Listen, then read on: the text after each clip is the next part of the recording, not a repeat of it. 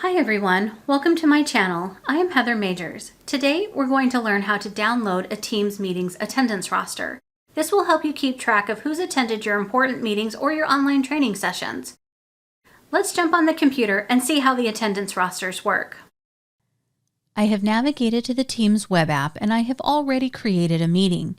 If you do not know how to create a meeting and would like to learn more about that, please let me know in the comments below the video.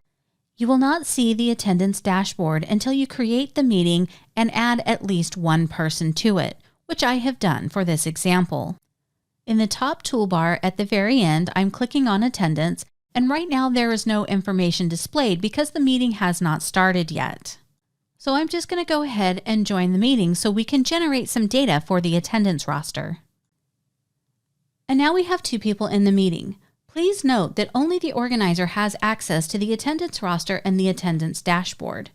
If you are working in a GCC environment, the attendance dashboard is not available. Therefore, it is important that you navigate to the People pane and download the roster before you exit the meeting. If you do not, then you will not be able to go back and get the attendance information later. Click on Download Attendance List, and the Downloads dialog box will open. A CSV file will be created and will be available in your Downloads folder. If you are in a commercial environment, you will be able to access the CSV file of the roster in the meeting chat at any time.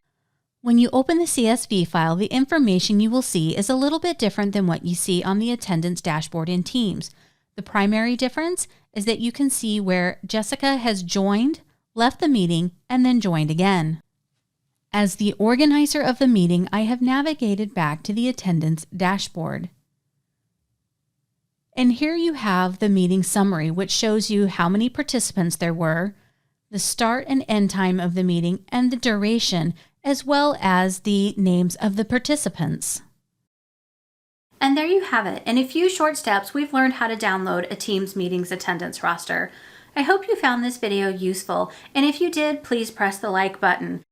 Thank you very much for watching, and I'll see you in the next video.